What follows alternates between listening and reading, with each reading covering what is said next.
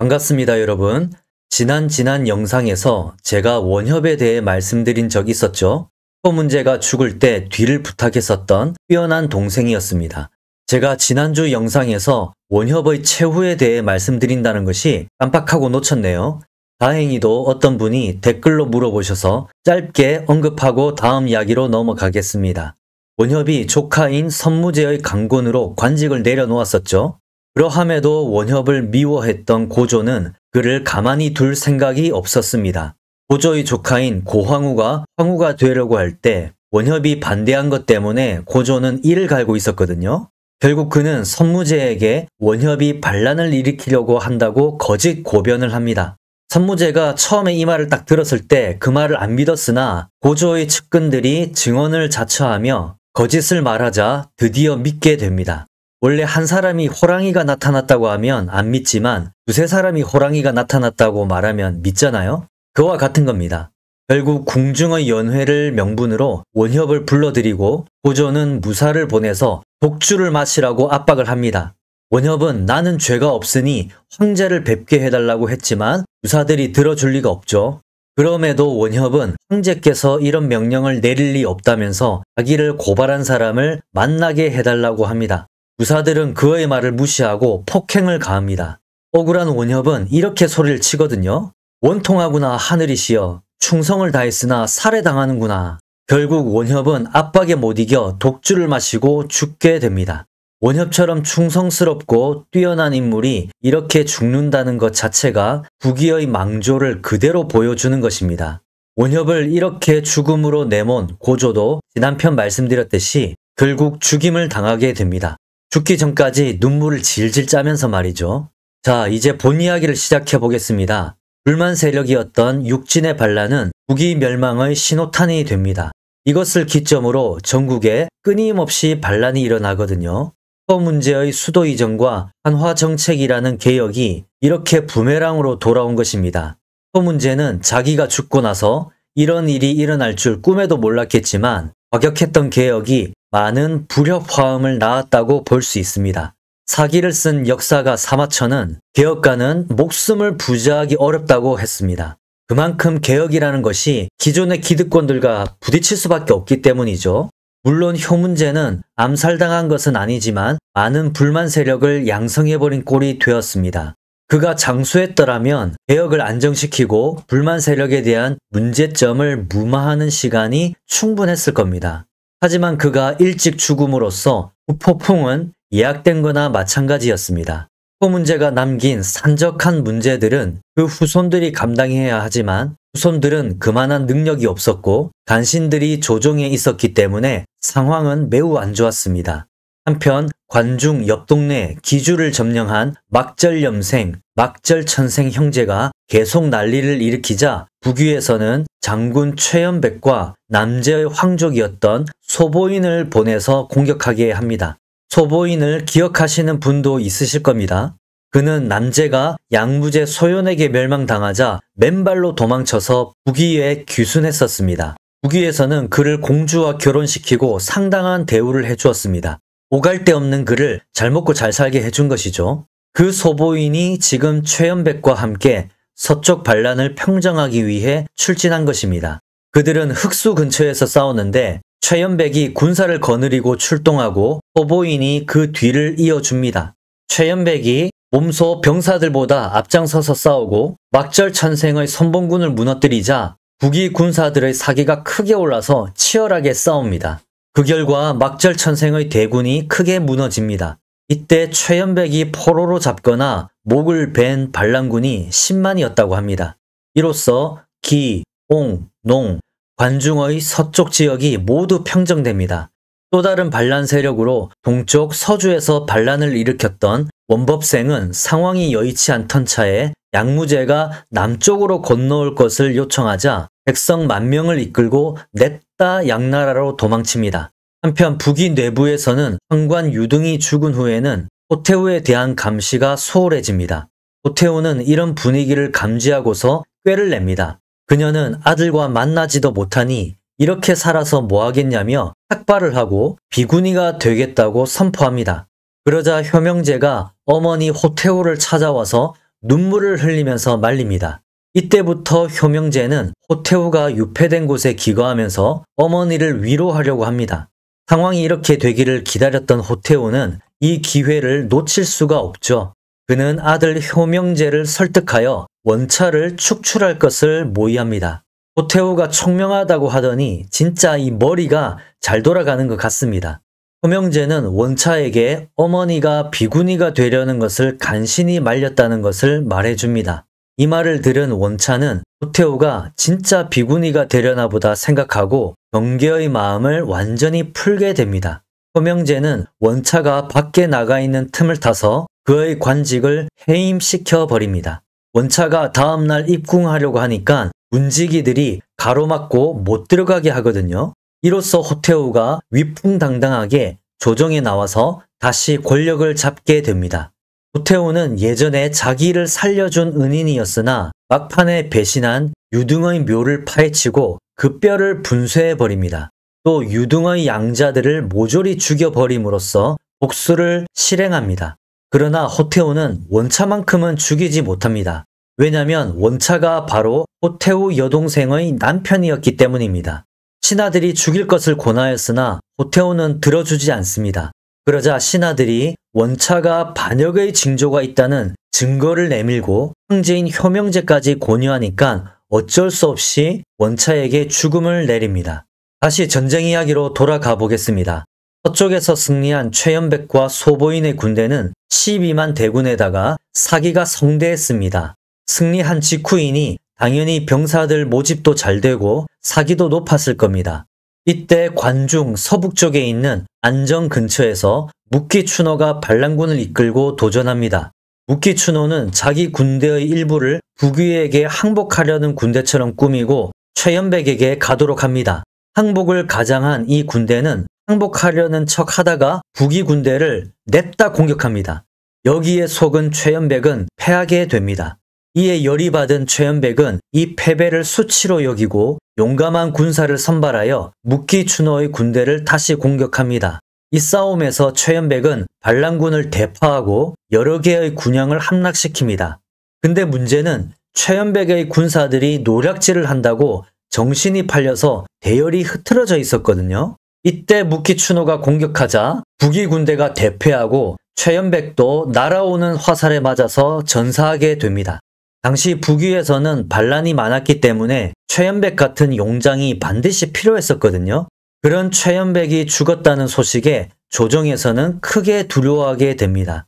조정 대신들은 호태우가 전쟁의 상황에 대해서 물어보면 그녀의 환심을 사려고 거짓말로 패전을 축소하여 보고하곤 했습니다. 뭐 별것 아닙니다. 적군이 조금 치나 본데 곧 평정될 것이옵니다. 뭐 그렇게 말했겠죠. 그러다 보니 호태우가 정확한 사실을 파악하지 못하게 됩니다. 한편 육진의 난을 일으킨 파륙 한발릉은 광양왕 원심을 오원에서 포위해버립니다. 그러자 하발승이 결사대 200명을 이끌고 반란군 100여 명을 죽이자 파륙 한발릉은 약간 후퇴하게 됩니다. 자기의 용맹을 입증한 하발승은 육진의 난을 평정하는데 항상 선봉에서 싸우게 됩니다. 북위에게는 다행히도 이때 유연이 파륙 한발릉을 공격하여 깨뜨려 버립니다. 유연이 북위와는 원수 관계이기 때문에 북위를 위해서 파륙 한발릉을 친 게 아니라 이놈이 계속 옆에서 알짱알짱 대니까 짜증나서 깨뜨렸겠죠. 이에 파륙 한발릉은 유연을 두려워하여 근거지를 남쪽으로 옮기게 됩니다. 북위가 한숨을 좀 돌리나 싶었는데 한수 이북의 북형주에서 만족들이 반란을 일으킵니다. 그들은 허창까지 진격을 합니다. 또 하남의 여러 호족들이 각자 세력을 가지고 조정에 복종하지 않자 길이 막히게 됩니다. 한마디로 사방에서 반란이 들끓고 있는 것입니다. 설상가상으로 삭주 출신의 백성이었던 선우아호가 반란을 일으키고 북위의 예수도 평성을 함락시켜 버립니다. 예수도가 함락된 것은 북위로서는 큰 충격이었을 겁니다. 상황이 점점 악화일로로 치닫고 있는 가운데 북위에게 승리를 주는 사람은 이주영이었습니다. 이주영은 칙륵이 일으킨 반란을 평정하면서 계속해서 명성을 쌓게 됩니다. 그러나 이주영은 북위가 부리기 쉬운 사람은 아니었습니다. 이주영은 자신을 적대시하는 사주자사 울경빈을 공격하고 성을 함락시킨 후에 자기 당숙인 이우주생을 자사로 임명해버리는 만행을 저지릅니다. 그러나 북위 조정에서는 이주영을 통제할 수가 없었습니다. 온 국토가 반란의 진통을 앓고 있는데 이주영까지 적으로 돌릴 수는 없었던 것이죠. 형성이 함락되자 하발승과 하바락 형제가 이주영에게 의탁하게 됩니다. 이에 이주영은 크게 기뻐하면서 병의 형제를 얻었으니 천하는 평정한다고 하기에도 부족하다. 이것을 보면 이주영은 일찌감치 야망을 가지고 있었던 것으로 보이죠. 밖이 이렇게 시끄러운데 북위 조정에서는 원차가 죽었음에도 다시 새로운 간신들이 떡하니 등장합니다. 쓰레기차를 피하다가 똥차에 부딪히는 일들이 계속 생기는 겁니다. 간신들의 특징은 죄 없는 사람을 모함하는 것이죠. 모함을 당한 여러 신하들이 호태우에게 억울함을 이야기하고 간신들을 제어할 것을 요청했으나 그녀는 듣지 않습니다. 화북에서는 가령이 반란을 일으키는데 그는 원래 회삭진의 진장, 즉 회삭진의 총책임자였습니다. 그는 현재 텐진시의 서남쪽에 있는 영주에서 북위 군대를 격파하고 스스로 황제에 오릅니다. 그는 나라 이름을 제나라로 정하고 하북의 성들을 공격하면서 휩쓸고 다닙니다. 또 두락주가 범양을 공격하여 함락시킵니다. 이 범양은 유비와 장비의 고향인 탁군을 말합니다. 또 훗날 당나라 시대 때 반란을 일으키는 알록산이 이 범양 절도사였죠. 이렇게 반란의 불길은 하북에까지 번져가게 됩니다. 북위에서는 반란군과 거듭되는 전쟁으로 인해 재정이 고갈됩니다. 어쩔 수가 없어서 미리 6년분의 조세를 걷기도 하고 조정신하들에게 매달 공급되는 술과 고기도 주지 못합니다. 또 시장의 점포마다 세금을 매기는데 백성들이 원망하게 됩니다. 백성들 입장에서는 당연한 일이겠죠. 6년분의 세금을 미리 내라고 하지 않나 시장에서 장사하는데도 세금을 매겨버리니까 살기가 힘들었을 겁니다. 원망이 이제 폭발하는 거죠.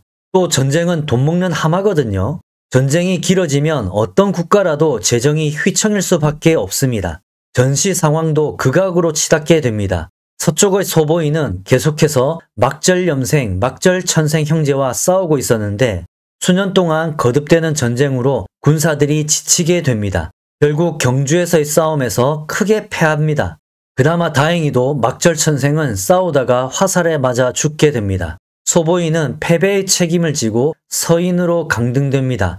그러나 곧 다시 등용되어 도독, 옹경, 등사, 주, 제군사, 즉 옹주, 경주, 등주, 사주의 모든 군사를 다스리는 도독이 되고 정서장군, 옹주자사, 계부의동삼사, 서토대도독이라는 어마어마한 관직을 받습니다. 조정에서는 그에게 동관 서쪽의 모든 권한을 위임합니다. 하루빨리 서쪽의 반란을 평정하도록 하기 위한 북위 조정의 고심이 엿보이는 부분입니다. 근데 이때 눈치가 빠른 양춘이라는 사람이 소보인이 지나치게 기뻐하는 모습을 보고 그가 다른 속셈이 있다는 것을 눈치챕니다. 소보인이 전쟁에서 패해서 처형될 것을 감형받아서 서인이 되었다가 다시 등용되었잖아요. 그러면 당연히 앞으로의 전쟁도 부담이 클 테고 책무가 막중하기 때문에 오히려 진중하거나 근심스러운 면이 있어야 하는데 반대로 지나치게 기뻐하는 겁니다. 소보인의 이런 상식 밖의 기쁜 표정을 본 양춘은 그에게 딴 마음이 있다고 판단한 것입니다. 양춘은 아들을 보내서 조정에 이 사실을 알렸으나 조정에서는 듣지 않습니다. 아니나 다를까 소보인이 반란을 일으켜서 황제에 오르고 나라 이름을 역시나 제나라라고 정합니다. 남제 소씨의 피가 흘러서일까요? 은혜를 모르고 배신을 때리네요. 그가 양나라를 탈출해서 겨우 북위에 도착했을 때 그를 등용하고 공주와 결혼까지 시키면서 중용해준 나라가 북위인데 이제 국가가 어려운 것을 기회로 스스로 황제가 된 것입니다. 이리하여 하북에도 제나라, 한중에도 제나라, 두 개의 제나라가 생긴 셈입니다. 반면 남쪽에서는 양나라의 진경지가 북진하여 와양을 공격합니다. 북위에서는 5만 군대로 구원하게 했지만 박살이 나고 진경지에게 9개의 성을 빼앗기게 됩니다. 이러한 때에 북위의 신하 노사령이 상소문을 올립니다. 그 상소문은 북위 군대가 패하는 이유에 대해서 언급합니다. 노사령은 장수에 알맞은 사람을 세워야 하는데 지금의 장수들은 전부 귀한 집의 자손일 뿐이니 병사들도 나가서 싸우면 진다는 것을 알기 때문에 사기가 떨어지고 패하는 것이라고 지적합니다. 이 내용을 볼 때 이 당시 북위에서는 유능한 장수가 장군이 되는 것이 아니라 귀족 자제들이 장군이 되었다는 것을 알 수 있습니다. 전쟁은 진짜 중요한 일인데 이것을 철없는 귀족 자제들에게 맡겼으니 제대로 돌아갈 일이 없겠죠. 허명제는 후궁을 통해서 딸을 낳습니다. 근데 호태우가 무슨 생각인지 황제가 아들을 낳았다고 거짓말을 하고 크게 사면령을 내립니다. 그녀가 왜 이렇게 황당한 거짓말을 쳤는지 모르겠지만 후계자가 태어났다는 것을 명분으로 사면령을 내려서 민심을 달래려고 한 것은 아닌가, 그런 생각이 드네요. 이렇게 터무니없는 거짓말도 문제지만 어머니 호태우와 아들 효명제의 관계가 틀어지기 시작한 것이 진짜 문제였습니다. 기록에는 호태우가 다시 권력을 잡은 뒤로 그녀의 총애를 받는 신하들이 미쳐 날뛰자 조정의 권위와 위신이 하락했다고 합니다. 또 이로 인해 도적들이 벌떼처럼 일어나고 영토가 나날이 줄어들었다고 합니다. 호태우는 스스로 생각하기에도 실책이 많았다고 생각해서 신하들이 황제에게 이 사실을 보고할까 두려워하기 시작합니다. 왜냐하면 효명제도 이제 점점 나이를 먹어가기 시작했거든요. 그래서 그녀는 황제가 총애하는 신하들이 딴소리를 못하도록 외지로 내쳐버립니다. 그 중에 곡사회라는 신하가 있었는데 그는 황제의 총애를 믿고 호태우가 외지로 나가라고 명령을 했는데도 거절해버립니다. 그러자 호태우는 그를 죽여버립니다. 여기서 그치지 않습니다. 호태우는 효명제가 총애하는 또 다른 신하를 죽이고선 현상금을 걸고 범인을 찾는 쇼까지 합니다. 이 때문에 어머니와 아들의 관계가 상당히 나빠집니다. 야, 호태우는 이게 먹힐 거라고 생각했나요? 어차피 들통날 텐데 말이죠. 아무튼 이러한 조정의 혼탁함을 멀리서 바라보고 있는 사람이 있었는데 바로 이주영입니다. 그는 병주자사로서 병주를 사실상 독점하고 있었습니다. 이주영은 군사를 일으켜 낙양으로 들어가서 간신들을 추살하려는 마음을 품게 됩니다. 이주영은 호태우에게 편지를 보내서 하북의 반란군들이 설치고 있으니 자기가 평정하도록 해달라고 요청을 합니다. 편지를 받은 호태우가 이주영의 본뜻을 모를 리 없겠죠. 호태우가 만약에 허락하면 이주영은 분명 군사를 일으키고 바로 낙양으로 들어올 것이거든요. 호태우도 바보는 아니니까 이주영의 심정을 눈치챕니다. 그녀는 조정의 군대가 각지의 반란들을 평정해가고 있으니 그대가 나설 필요까지는 없다고 딱 거절합니다. 하지만 조정에서도 강력한 군사를 가지고 있는 이주영을 크게 두려워하게 됩니다. 근데 호태우의 측근인 서흘이 이주영의 심기를 건드리는 책략을 씁니다. 서흘은 호태우에게 이주영이 까불고 있으니 견제해야 한다고 주장합니다. 저놈 저거 영 까불고 있는데 한번 밟아줘야죠. 이렇게 하는 거죠. 그는 이주영의 측근들에게 공첩을 내려주면서 호태우의 편이 되도록 합니다. 공첩은 공을 세운 내용이 기록되어 있는 책자로서 이것을 가지고 있으면 포상을 받을 수 있거든요. 이것을 미끼로 이주영과 그 측근들을 갈라놓으려고 했던 겁니다. 이 사실을 알게 된 이주영은 당연히 이를 갈게 됩니다. 아니 이놈이 감히 내 부하들을 유혹하다니.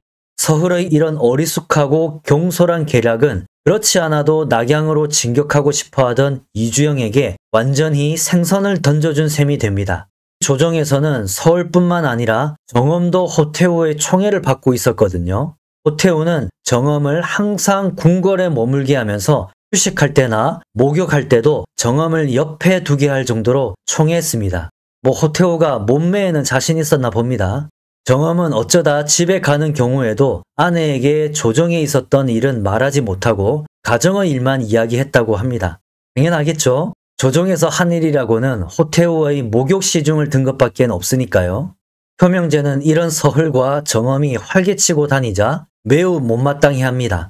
효명제는 비밀리에 이주영에게 명령을 내려 낙양으로 들어와서 간신들을 주살하고 호태우를 압박하도록 지시를 내립니다. 이건 삼국지의 하진이 동탁을 불러들이는 것과 똑같죠? 효명제의 답답한 마음은 알겠는데 이것은 큰 실수 같습니다. 원래부터 야심이 큰데다가 낙양을 칠 궁리만 하고 있는 이주영에게는 이건 완전히 땡큐죠. 황제의 밀지라는 확실한 명분을 얻은 이주영은 군대를 일으키고 남쪽으로 쭉쭉 내려갑니다. 효명제도 아차 싶었는지 이건 아니다라는 생각에 사신을 이주영에게 보내서 일단 진격을 멈추게 합니다. 정엄과 서울은 효명제가 이주영을 부른 것을 뒤늦게 알게 됩니다.